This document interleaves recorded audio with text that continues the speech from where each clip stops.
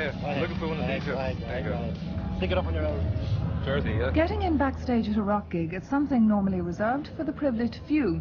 But if you're a well-known rock photographer with the right grade of pass, it's just like going to work. That's the one. I know all the security men at this stage, having gone to so many gigs, right, so I don't get hassled anymore. But if you're starting off, obviously, if you're an unknown face, you're an unknown quantity, you could be a sniper for all they're concerned about. It's simple enough. If you have the right pass, you can usually go into the right area. Colm, just at this stage, tell me what equipment you're using today. Using 3 cameras, one for colour and 2 for black and white. One of the black and white cameras is a small snap camera, just for getting things that occur. And the black and white and colour cameras are for stage work, essentially. So. Why are you using the 2? Why are you going for black and white and colour? Because the press print pictures in black and white, and the magazines print in colour. That's why.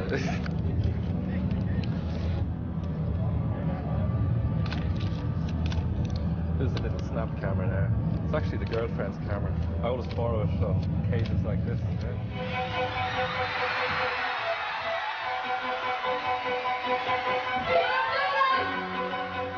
Well, I was lucky enough to start photography in school.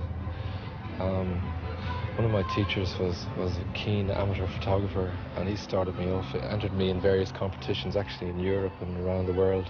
I got on quite well in some of those competitions, so the end of the day was probably the thing I was best at, so it was a natural progression to try to get involved further. Personally, I'm not the greatest businessman in the world, you know. I tend to go for the satisfaction of taking a good picture more so than how much I can sell it for when I've got it. But once you've got a good picture, there's no point in selling it cheaply, you know. Going to work in this job would be some people's idea of fun, but for Colm Henry, it's work. Not boring, not glamorous, but a job to be done well. Boring is not the right word for it. You know, it's semi-exciting, you know, and I fail to see it as glamorous anymore because it's the thing I do every day of the week, you know, along with photo sessions in my studio and stuff. But it's by no means unglamorous. Is it hard work for you? Well, it's tiring work, particularly like a day like today where it's basically 10 hours of music on and off stage, and you basically have to be aware most of the time, you know, to make sure you get whatever is available to be gotten. Now, why are you here today? Do you have somebody who's lined you up and said, I want particular photographs out of this day? Or are you just coming on your own steam and seeing what you can sell at the end of it? Well, I like to have a few commissions in advance. I have, in fact, 2 commissions today. One for one of the support bands, and there's one for Hot Press magazine as well. But I'd hope to get other colour material which I could probably sell abroad. You know, France, Germany, or Holland, maybe Australia. Never know. A lot of the time, the bands do ask me in advance to run off a few rolls for them, which is quite nice. A picture on the day is not a significant thing, but 2 months later, it's a good record of where they were once. You know, there may be a band on the way down, or there may be a band on the way up, which will use an event like this to show how big they are. Now, you have quite extensive personal files. In terms of, say, charting a band's development from its early stages to later on, do you find that having those personal files is very useful? Well, the number of bands who go so far as to, for instance, produce a book or a history of themselves is very, very small. Normally you can sort of spot them along the way and you pay sort of close attention to them. I suppose it is important to have a good record of bands, but it's only 10 years later that it's important, you know. So it's a lot of old dog work for you know, to eventually see it in print, you know. Well, for instance, you had quite a lot of stuff on U2 that was useful for their book, wasn't it? Well, U2, yeah, a lot of stuff of that. Most of it is grabbed. Bono wouldn't like to hear me saying that, but it is grabbed on the run, as it were. Working on the run means a lot of preparation and setting up, talking to the main man of the day, like Simple Minds' Jim Kerr, to see if an on-stage photo can be lined up.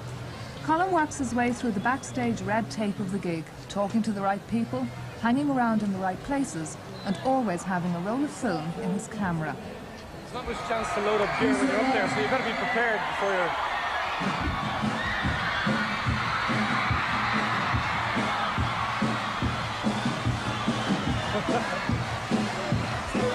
you know, absolutely no way, he said.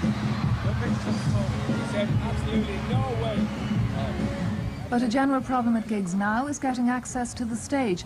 That was a problem not just for Colm Henry, but for our film crew too. And Simple Minds manager Bruce Finlay told us why. We don't have any filming unless we request it ourselves or an arrangement's been made with a television company or a film company. As far as cameramen are concerned, still shots, you know. We understand the press have got to do a job. In fact, we need them. So we restricted to 3 songs. First 3 songs we allow people in a pit, not on the stage, to take shots, and after that to split.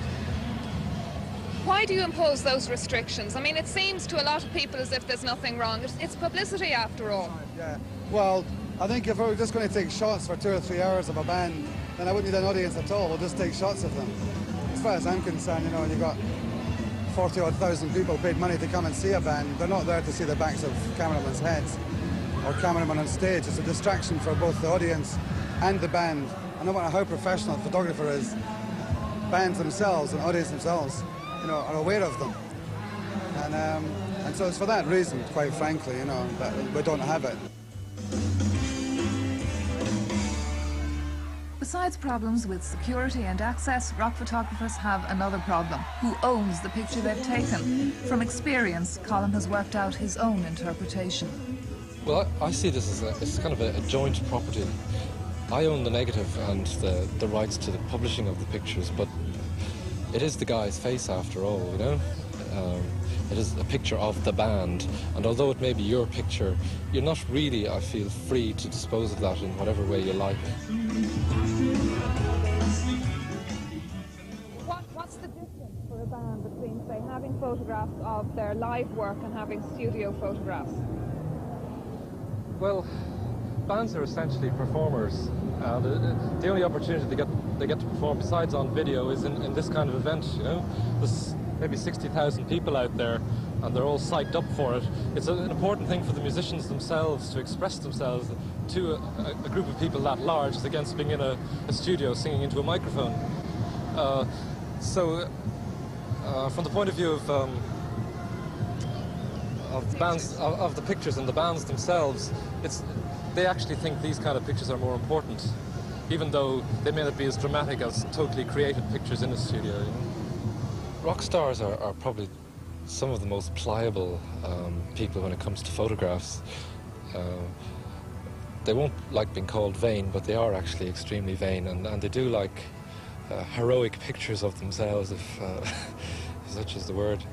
So that gives you a lot of scope to work for long periods with a person. That's not always possible. Sometimes Colm has to work on the run, but the personal contact he's established makes that a lot easier.